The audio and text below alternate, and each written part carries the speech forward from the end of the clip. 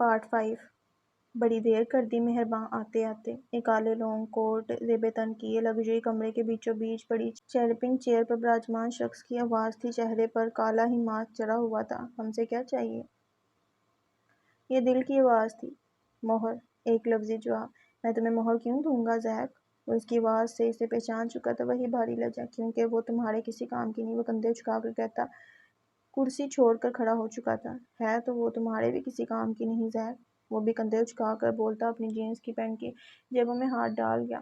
میرے کاموں کو تم کیا جانو دل؟ وہ ٹرے کی طرف بڑھتا، کافی کا مگ اٹھایا، اس میں کافی کے 3 چمچ انڈیل کر سکون سے اس میں کانٹا ہلا رہا تھا۔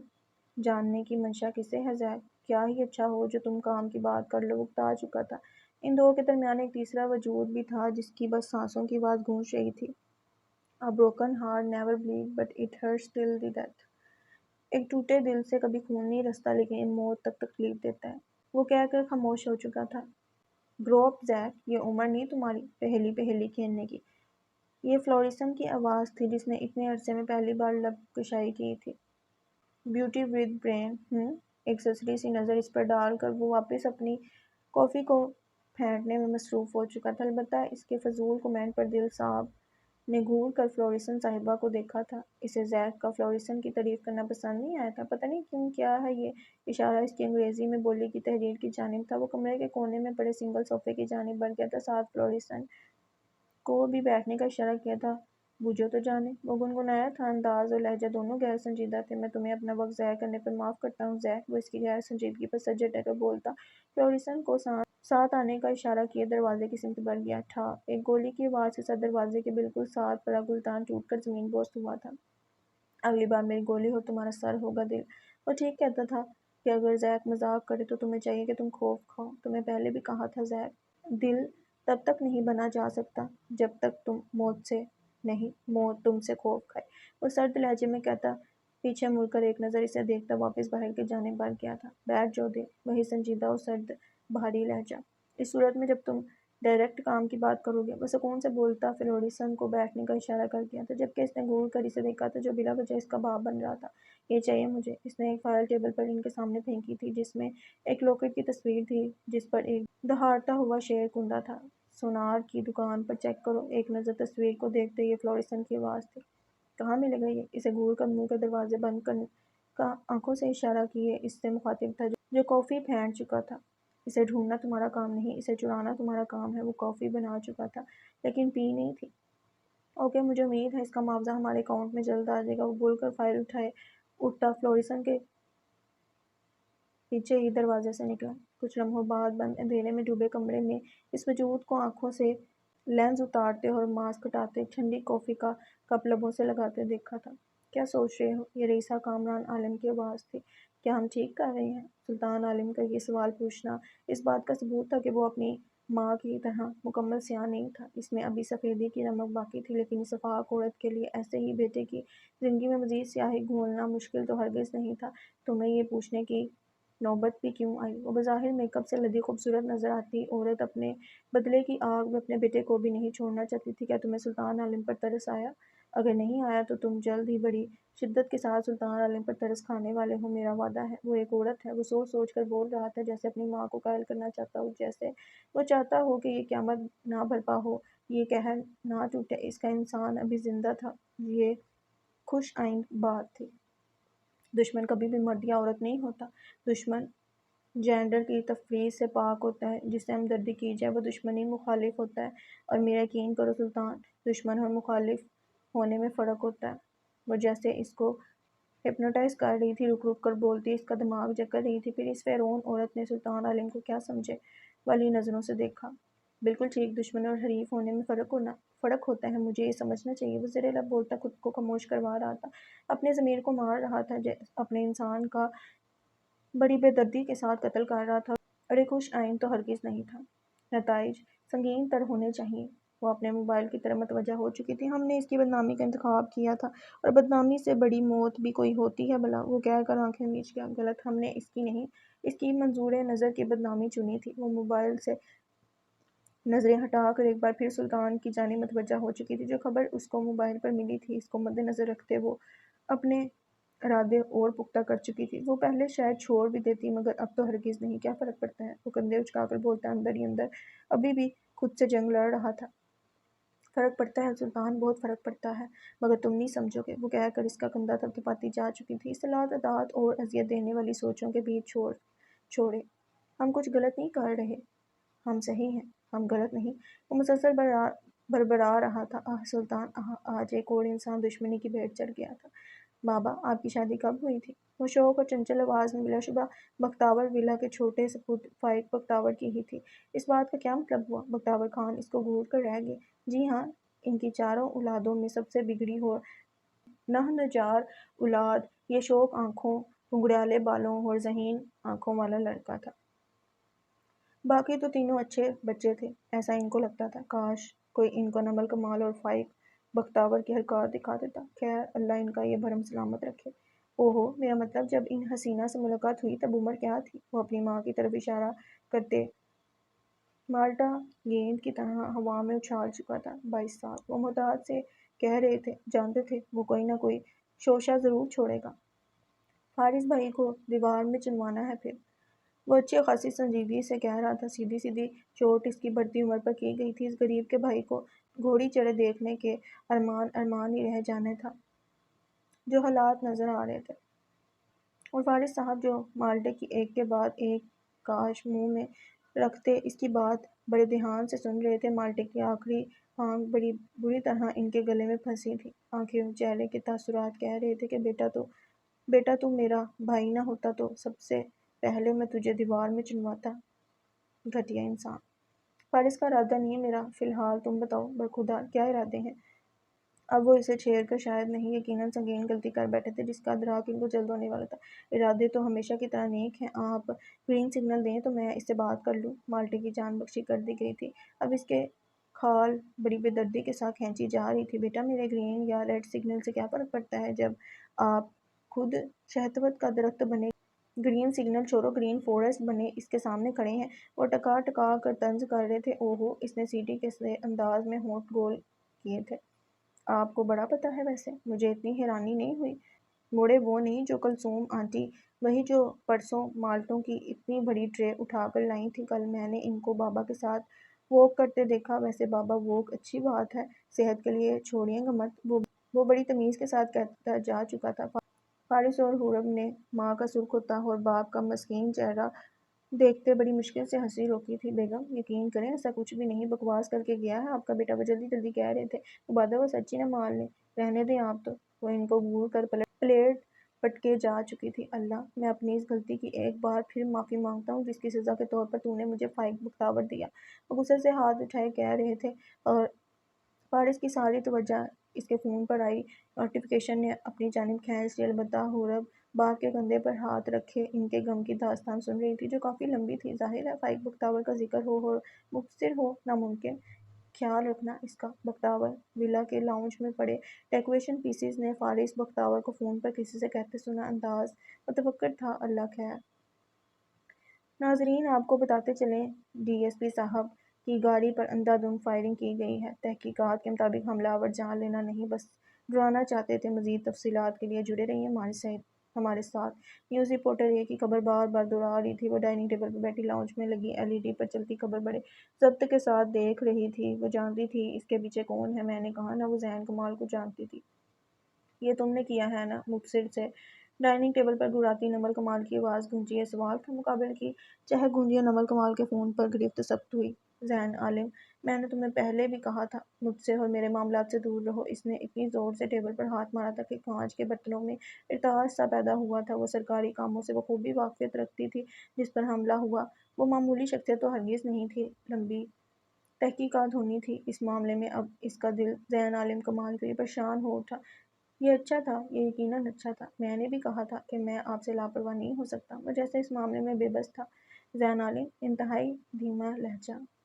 نمل کمال کے لبوں سے دہاڑوں اور گھبراہٹ کے سوا بھی کچھ نکل سکتا تھا۔ اس کا ادراک سرکاری گھر کے ایک ایک شے کو کافی وقت بعد ہوا تھا۔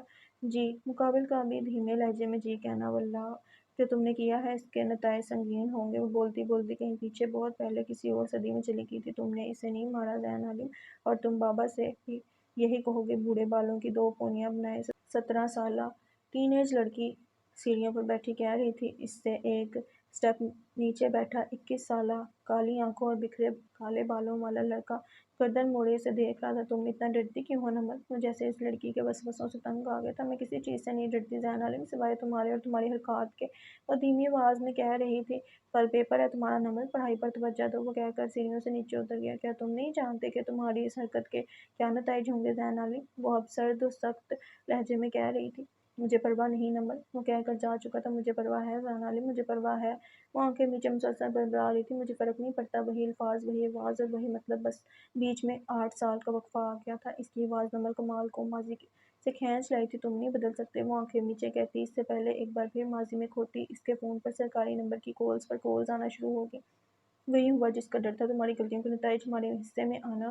یہی تو ہوتا آ رہا ہے ہمیشہ سے زین عالم، وہ کہہ کر اسے لاجواب کرتی کال کاٹ چکی تھی۔ فون ایک بار پھر بجا تھا۔ 24 گھنٹے ہیں آپ کے پاس اے ایس پی نمل کمال، مجھے حملہ آور اپنے سامنے چاہیے، اس کے سینئر سخت سے لہجے میں کہہ رہے تھے، اور بے بسی یہ کہ وہ جواب بھی نہ دے سکی۔ آپ نے سنا جو میں نے کہا اے ایس پی صاحبہ؟ فون کے اس پار سے دوبارہ وہی آواز ابھری۔ جی سر، وہ اپنا لہجہ نارمل کرتی کہہ رہی تھی۔ گڈ گرل، وہ بول کر فون کاٹ گئے تھے۔ نمل کمال، یاد رکھنا جہاں فرض ہوتا ہے وہاں فیورز نہیں ہوتے۔ اس کی سکرین پر منتقم مزاج ہیکر کے نام کے نیچے یہ الفاظ چمکے تھے۔ ایک تو اس انسان کا تم سے آپ اور آپ سے تم ہونا کم از کم نمل کی سمجھ سے باہر تھا۔ اگر فرض نبھایا تو تم ٹھیک 15 منٹ بعد خود کو حوالات میں پاؤ گے زین کمال۔ اس کی انگلیوں نے میسج بھیجا۔ تو پھر آپ خود مجھے لینے آ رہی ہیں یا ماں بدولت خود حاضری لگائے؟ نمل کمال جانتی تھی اس نے یہ لکھتے ہوئے مسکراہٹ دبائی ہوگی۔ تم صرف اپنی زبان اور حرکتوں پر قابو پاؤ زین کمال، وہ بول کر موبائل ٹیبل پر پٹک چکی تھی۔ پھر گہری سانس لے کر دوبارہ موبائل اٹھایا۔ نواز اے ایس پی نمل کمال بول رہی ہوں۔ وہ ایک ہاتھ سے فون اٹھائے اور ایک ہاتھ سے پلیٹ میں ابلے ہوئے چاولوں کے اوپر دال ڈالتی کہہ رہی تھی، ڈی ایس پی صاحب کی زندگی کا ہر باب کھولو، ان کی لی گئی ہر رشوت، ان کا کیا گیا ہر انلیگل کام اور اپنی پاور کے اٹھائے گئے ہر ناجائز فائدے کا ثبوت چاہیے مجھے شام تک۔ وہ بول کر بغیر مقابل کا جواب سنے فون رکھ چکی تھی۔ جانتی تھی اس کے مقررہ کردہ وقت سے پہلے اس کا کام ہو جائے گا۔ اب وہ پرسکون سے کھانے کی جانب متوجہ ہو چکی تھی۔ وہ نمل کمال تھی کیونکہ اسے اپنوں کو پروٹیکٹ کرنا آتا تھا۔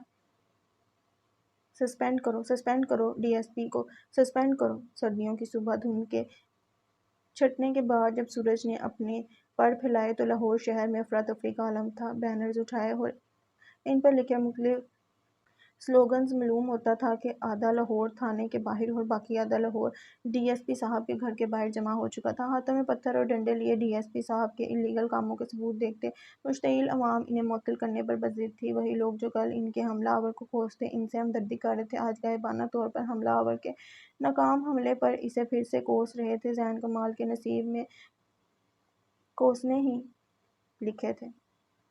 ہمارا زین عالم کمال۔ کل شام ہی وہ نواز کے بھیجے گئے تمام ثبوت، تمام غیر قانونی کاموں کی ڈیٹیلز انٹرنیٹ پر ڈلوا چکی تھی۔ جانتی تھی صبح کا سورج ڈی ایس پی صاحب کے لیے بدنامی اور بربادی بیک وقت لے کر آنے والا ہے، اور ایسا ہی ہوا تھا۔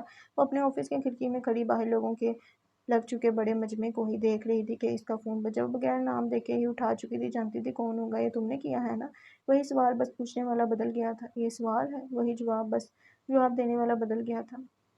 اے ایس پی صاحبہ، میں نے کیا کہا تھا آپ سے؟ وہ اپنی آواز آہستہ رکھنے کی کوشش کے باوجود نہ رکھ سکا۔ میں نے فرض ہی نبھایا ہے زین عالم کمال۔ ایک جینٹل مین بنے گنڈے کو بے نقاب کرنا میرے فرض میں شامل تھا، وہ سکون سے کہتی، اب اپنی کرسی کی پشت پر کوہنی جمائے ایل ای ڈی پر لاہور کے خراب ہوتے حالات کی خبر دیکھ رہی تھی۔ تم جانتی ہو کیا نتیجہ ہوگا اس سب کا؟ اس کے غصے کے پیچھے چھپی فکر کو بھانپ کر بھی انجان بنی رہی۔ مجھے فرق نہیں پڑتا زین کمال، وہ زین عالم کمال کو اسی کے الفاظ لوٹائے فون کاٹ چکی تھی۔ ان دونوں کا کچھ نہیں ہو سکتا تھا، یہ تو طے تھا۔ اتوار کی صبح روشن طلوع ہوئی تھی، کچھ کے لیے خوشیوں کی نوید لیے تو کچھ کے لیے بدقسمتی کا جلتا بجھتا دیا لیے۔ لاہور کے حالات کافی حد تک قابو میں آ چکے تھے۔ وجہ کمشنر صاحب نے پوری انکوائری بٹھانے تک ڈی ایس پی صاحب کو معطل کرنے کا نوٹس دے دیا تھا۔ اب لاہور شہر اور اس کے باسی پر پرسکون دکھائی دیتے تھے۔ میم کمشنر سر آ رہے ہیں۔ خدا بخش کے چہرے کی ہوائیاں اڑی ہوئی تھیں۔ اور وہ جو ساری رات کے حالات کو بہتر بنانے کے لیے خوار ہوتی۔ ابھی کچھ دیر اپنی کرسی پر بیٹھی تھی، کمشنر صاحب کی آمد کا سن کر گہرا سانس بھر کر رہ گئی۔ وائٹ ڈریس پینٹ، اس پر وائٹ ٹی شرٹ اور مسٹرڈ کلر کا کوٹ پہنے وہ اپنے ہمیشہ والے فارمل حلیے میں تھی۔ Good morning sir. اس سے پہلے کہ وہ کوئی جواب دیتی، قلموں سے سفید بالوں والے، آنکھوں کو چشمے کے پہرے میں رکھے ایک پین کوٹ میں ملبوس سنجیدہ سے شخص اندر داخل ہوئے۔ وہ اپنی سیٹ سے فوراً اٹھتی ان کی جانب بڑھی۔ Good morning. ایک نظر پورے آفس پر ڈالنے کے بعد ان کی نظر اے ایس پی نمل کمال پر آ ٹھہری۔ آپ کو دیکھ کر اچھا لگا ایس پی نمل کمال۔ اب وہ چلتے نمل کمال کی روکنگ چیئر پر بیٹھ چکے تھے۔ شکریہ سر۔ وہ سنجیدگی سے پیچھے باندھے ہوئے ہاتھ کھولتی کوٹ کی پاکٹس میں ڈال چکی تھی۔ چائے نہیں پلائیں گی؟ وہ بغور اس کو دیکھ کر کہہ رہے تھے۔ سر، گورنمنٹ ہمیں سینئر افسران کو چائے پلانے کے فنڈز نہیں دیتی۔ البتہ آپ ہمارے مہمان ہیں تو کیوں نہیں؟ وہ اپنی جیب سے والیٹ نکالتی 100 کے کئی نوٹ خدا بخش کی جانب برات چکی تھی۔ مجھے آپ سے اسی جواب کی امید تھی۔ وہ ہنس پڑے تھے۔ آئیے بیٹھیے۔ کافی وقت کی غیر معمولی سی خاموشی کو کمشنر صاحب کی بھاری آواز نے توڑا۔ میں چاہتا ہوں نیا ڈی ایس پی صاحب کی آمد تک آپ ان کی جگہ سنبھال لیں۔ وہ اس کو مسلسل دیکھتے بول رہے تھے، جیسے کچھ تلاش کر رہے ہیں، کچھ ڈھونڈ رہے ہوں۔ آپ یقیناً مجھے یہ بتانے یہاں تشریف نہیں لائے۔ وہ کچھ دیر ان کو دیکھتی نظروں کا رخ بدل گئی تھی۔ آپ کا کیا جواب ہے پھر؟ وہ ایک بار پھر ہنس کر اس کی بات کو درگزر کرتے اپنی بات پر آ چکے تھے۔ مجھے عارضی مقام اور مرتبہ کبھی پسند نہیں رہا سر۔ وہ اب نظریں کھڑکی سے باہر نظر آتے رشک پر جما چکی تھی۔ کیا آپ عارضی کو مستقل میں بدلنا چاہتی ہیں مس کمال؟ وہ بھی اب باہر نظریں جما چکے تھے۔ اگر آپ واقعی کرنا چاہیں تو ایسا کون سا کام ہے جو آپ نہیں کر سکتے؟ لیکن وہی بات، اگر آپ کرنا چاہیں تو آ جائیں۔ دروازے کے کھٹکے پر اس نے اندر آنے کی اجازت دی۔ خدا بخش خاموشی سے چائے کے 2 کپ اور بقیہ رقم رکھ کر جا چکا تھا۔ درست، لیکن میرا ماننا ہے وقت سے پہلے اور نصیب سے زیادہ کبھی نہیں ملتا۔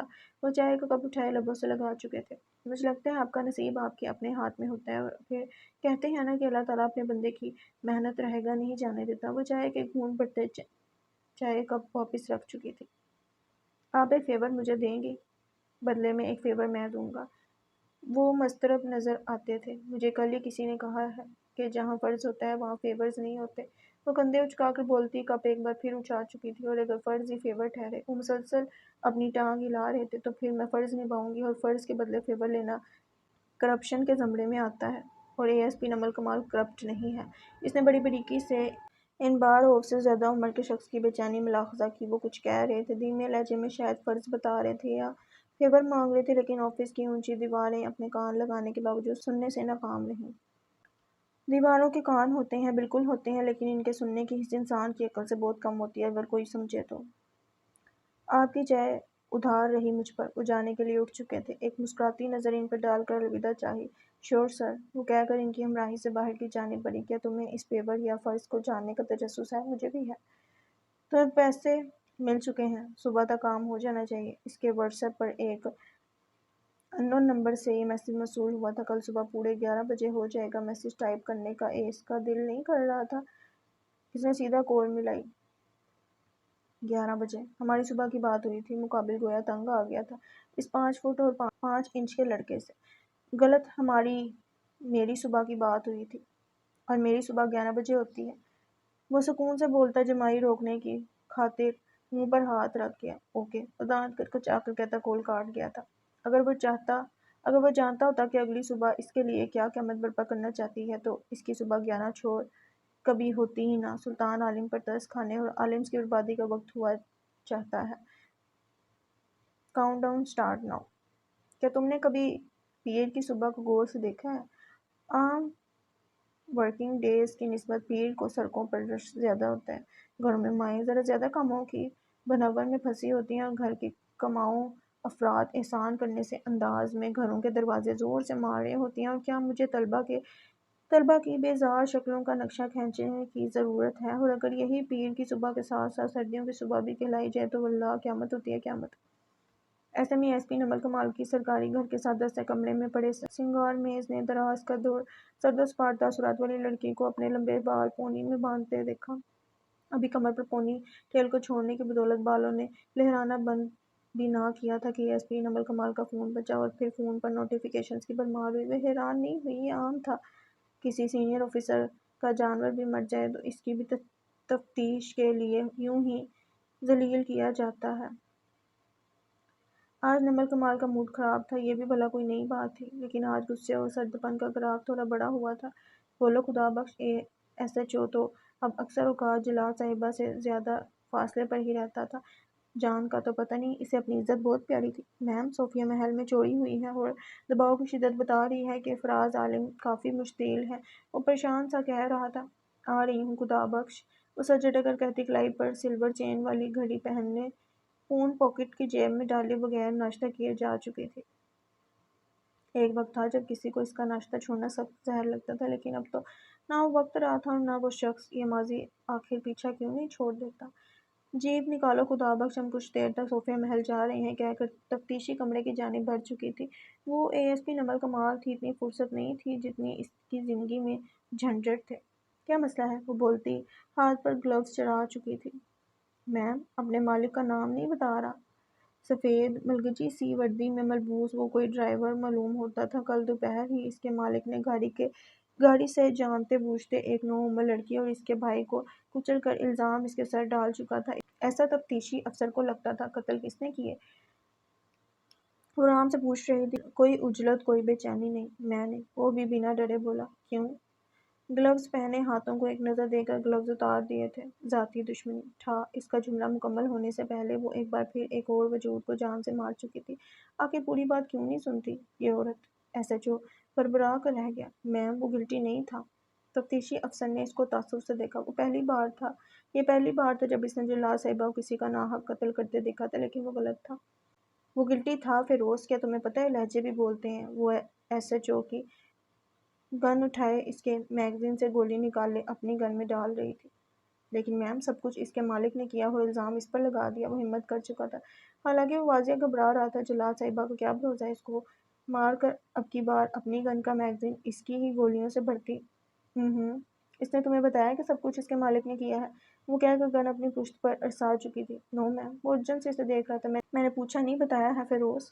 اس نے تمہیں یہ تاثرات دیے؟ قتل اس کے مالک نے کیا ہے، حالانکہ وہ خود قاتل تھا۔ وہ کہہ کر اب اپنی گھڑی میں وقت دیکھ رہی تھی جو 9:35 بتا رہی تھی۔ آج کے دن تمہیں چاہیے کہ تم گزرتے ایک ایک لمحے کا حساب رکھو۔ میم، آپ کو کیسے پتہ چلا؟ وہ تحیر زدہ سا کہہ رہا تھا۔ جیسا کہ میں نے کہا کہ لہجے بولتے ہیں، اس کے لہجے میں ڈر نہیں تھا فیروز۔ وہ جانتا تھا وہ بچ جائے گا اور آنے سے پہلے تمہارے اور میرے بارے میں جان کر آیا تھا۔ تم کبھی بھی ناانصافی نہ کرتے اور اس کے مالک کو ظالم اور اسے مظلوم جانتے، اس کو چھوڑ دیتے۔ وہ تمہیں ٹریپ کر رہا تھا میم، پر مارنا ضروری تو نہیں تھا۔ وہ سر ہلاتا کہہ رہا تھا۔ فیروز، 2 قتل ثابت ہونے پر اس کو سزائے موت ہونی تھی، اور سرکار کے پاس اتنی دولت نہیں کہ پہلے انہیں پالے اور پھر مارے۔ میں نے اچھا کیا، وہ کہہ کر خدا بخش کو بلاوے پر جا چکی تھی، اور فیروز نے ٹھٹک کر اس کی پشت کو دیکھا۔ وہ سرمایہ تھی ملک کے لیے، اگر کوئی سمجھے تو، لیکن وہ جانتا تھا کہ سرمایوں کو جلد یا بدیر مار دیا جاتا ہے۔ اللہ خیر۔ جب اس کی جیپ صوفیہ محل کے بڑے سے گیٹ کو عبور کرتی محل کے پورچ تک بڑھی تو گھڑی 10:12 بجا رہی تھی۔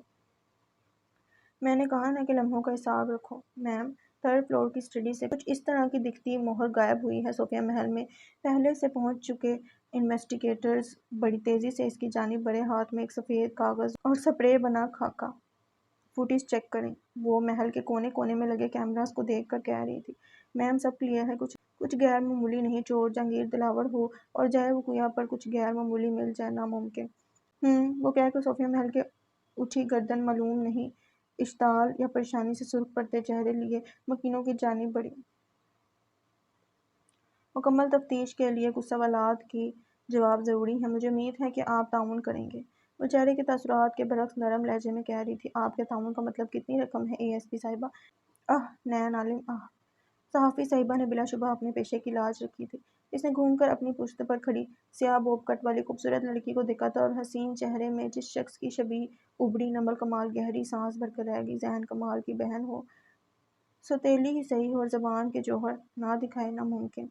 میرے تعاون کے مطلب کو آپ اپنی سوچ کے ساتھ مشروط نہ کریں تو زیادہ مناسب ہے۔ وہ واپس اپنا رخ سرخ چہرے کے ساتھ خاموش کھڑے عالم فراز کی طرف کر گئی۔ سیاہ بال اور آنکھوں والی لڑکی نے بے ساختہ اپنی مٹھیاں بھینچی تھی، اور صوفے پر ریلیکس سے بیٹھے اس کے چھوٹے بھائی نے گلا کھنکھاڑا تھا۔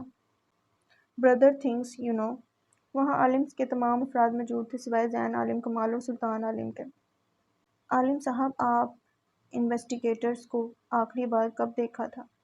جیسے کچھ سوالات کے جواب دیں مجھے امید ہے ہم جلد چور کا سراغ پا لیں گے۔ وہ سنجیدہ سی کہہ کر ایک نظر ان سب پر ڈال کر آگے بڑھ گئی۔ فاتح عالم سکون سے صوفے سے پشت لگائے گیم کھیلنے میں مصروف تھا۔ کون سی مہر کون سی چوری اسے پرواہ نہیں تھی۔ زین کمال کا بھائی فاتح عالم سے بات کرتے اور اسٹڈی کی ایک ایک چیز چھانتے اسے آدھا گھنٹہ گزر گیا تھا۔ صوفیہ محل کی اونچی دیواروں پر لگی گھڑیاں 10:42 کی نشاندہی کر رہی تھیں۔ اب وہ لفٹ کے ذریعے تھرڈ فلور سے فرسٹ فلور پر بنے سیکیورٹی روم کی جانب بڑھی تھی۔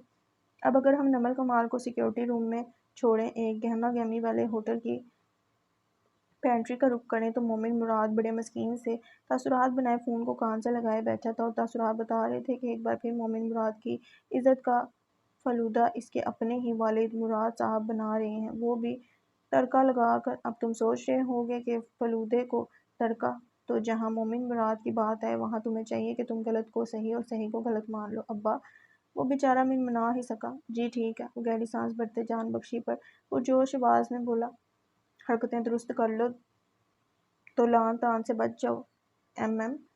ایک تو ایش میکائیل کے نام ایبریویشن میں لینے کی عادت، رات کو ایف بی آئی کو چکمہ دیتے ہیکر اور دن میں پاکٹ پکڑ کے کم از کم یہ بات سوٹ نہیں کرتی باندری صاحبہ۔ وہ منہ بنا کر کہتا ایش میکائیل کو جلتے شعلوں کی نظر کر کے، باندری مومن تو گیا بیٹے۔ یہ اس کے اپنے ہی دل کی آواز تھی، لیکن زبان کا کیا کرتا جہاں کی کھجلی کا کوئی علاج نہ تھا۔ ایز ایکسپیکٹڈ ایش میکائیل اپنے ٹیبل پر پڑے مصنوعی پلانٹ کا پوٹ اٹھا کر مومن کی طرف اچھال چکی تھی۔ مومن کی قسمت اچھی جو وہ ہر وقت جھک گیا، ورنہ ہم آج مومن مراد سے مرحوم ہو جاتے۔ کیا تمہیں دکھ ہوتا؟ اور وہ پوٹ سیدھا جا کر پیچھے پڑی لوہے کی الماری پر لگا جس سے اچھی خاصی آواز گونجی تھی۔ تم چلغوزے، تم چچندر، تم اناکونڈا، تم بے سریلے ناگ، تم گینڈے، تم پورا خاندان۔ اس سے پہلے کہ وہ مقابل کے ساتھ ساتھ اس کے پورے خاندان کو جنگل کا رہائشی ثابت کرتی، زین کمال کی بلند آواز نے اس کے بے لگام زبان کو لگام ڈالا۔ اگر اب کسی کی آواز آئی، میں باخدا تم دونوں کو باندھ کر افریقہ کے جنگلات میں پھینک آؤں گا، پھر کرتے رہنا جنگا لالا ہو۔ اس نے کافی غیر سنجیدہ بات کافی سنجیدہ انداز میں کہی تھی کہ سیاہ اندھیرے سے لڑتی مدھم روشنی میں نظر آتے کچھ نفوس نے بے ساختہ اپنی ہنسی دبائی تھی، اور جو نہیں دبا سکے وہ زین کمال، ایش میکائیل اور مومن مراد کے خونخوار گوڑی کی زد میں آئے تھے۔ وہ کہہ کر واپس لیپ ٹاپ کی جانب متوجہ ہو چکا تھا،